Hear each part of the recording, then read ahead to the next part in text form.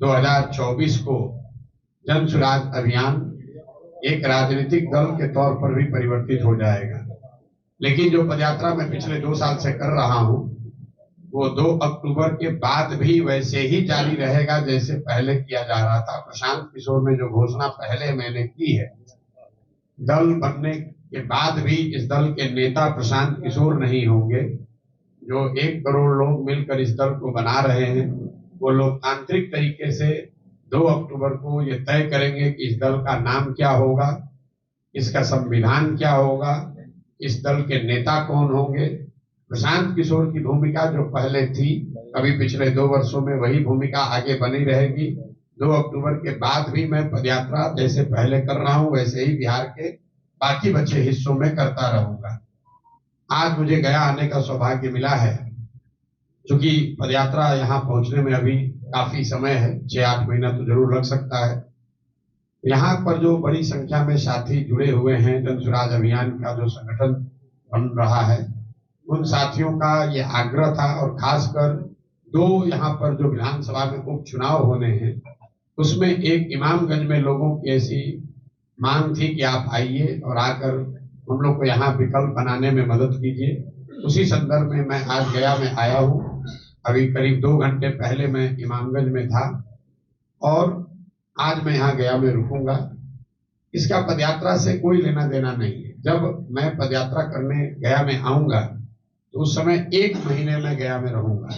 1 महीना 1.5 महीना रह के गांव-गांव पैदल चल के कुछ जिले प्रखंड पंचायतों के लोगों की समस्याओं से रूबरू हुए हैं, वैसे वही काम गया में भी किया जाएगा। लेकिन अभी तक का जो 2 साल का अनुभव है उसका ब्यौरा मैं आपको देता हूं।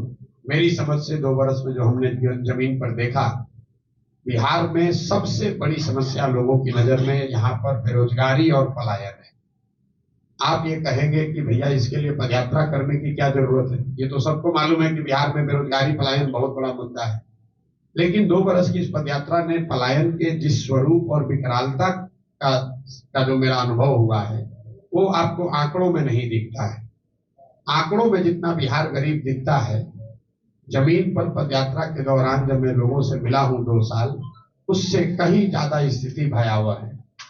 मैं बिहार में ही पैदा हुआ हूं, यही सरकारी विद्यालय से पढ़ा हूं, यहाँ पर पहले संयुक्त राष्ट्र संघ के कर्मचारी के तौर पर भी काम किया है, राजनीतिक तौर पर भी काम किया है।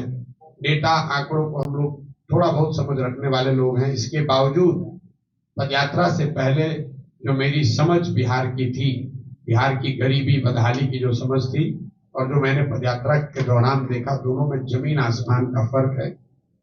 उसके कुछ मुद्दों पर मैं अभी बात करूंगा। जैसे पलायन जो है, ज्यादातर लोगों को आंकड़ों के आधार पर, अपनी सामाजिक राजनीतिक समझ के आधार पर लगता है कि पलायन यहाँ के गरीबों की समस्या है।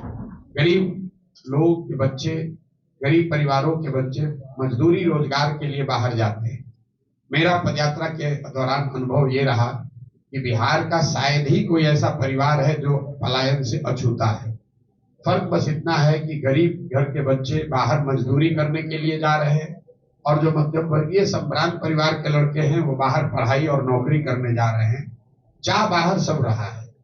और इतने लंबे समय से जो पलायन का जो विकरालता है, इसका जो सामाजिक असर है, लोगों की जो परिवार की संकल्पना है वही धूमिल पड़ गई है।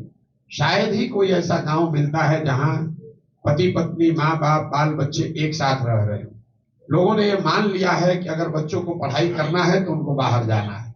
लोगों ने मान लिया है कि अगर किसी को रोजी रोजगार करना है तो उसको बाहर जाना है। उसको एक तरीके से ये भाव शून्यता आ गई है। लोगों को ये लग भी नहीं रहा है कि लोग उनके घर के पलायन करके गए। लोग कहते हैं कि काम करने गए हैं, कमाने गए हैं। मतलब अगर कमाना है तो बिहार छोड़कर आपको बाहर जाना है, इसको ध्रुव सत्य मान लिया गया है। ये बहुत बड़ी समस्या है। कोई ऐसा समाज का वर्ग नहीं है जो इससे अछूता है। इसी तरह जो दूसरी सबसे बड़ी समस्या दिखी वो है बिहार में ध्वस्त हुई शिक्षा व्यवस्था की। बिहार में शिक्षा की व्यवस्था बहुत अच्छी कभी नहीं थी। मैं स्वयं यहाँ सरकारी विद्यालय से पढ़ा हूँ, साइंस कॉलेज से पढ़ा हूँ। हम लोग के समय भी कोई शिक्षा व्यवस्था 1990 के दशक में बहुत अच्छी नहीं थी। लेकिन आप लोग भी यहाँ रहते हैं, जानते होंगे, पहले बिहार में प्रखंड और जिलों के स्तर पर 2-4 विद्यालय 5 विद्यालय ऐसे जरूर थे जहां पढ़ाई करके लोग आगे बढ़ सकते थे। राज्य के स्तर पर 2-4-5 कॉलेज ऐसा जरूर था जहां अगर आपका एडमिशन हो गया, आपने पढ़ाई की, तो आप जीवन में आगे बढ़ सकते थे। पिछले 25-30 सालों में जो ये समता मूलक शिक्षा नीति के नाम पर जो व्यवस्था बनाई गई है, इसमें पूरी तरीके से शिक्षा व्यवस्था ध्वस्त है।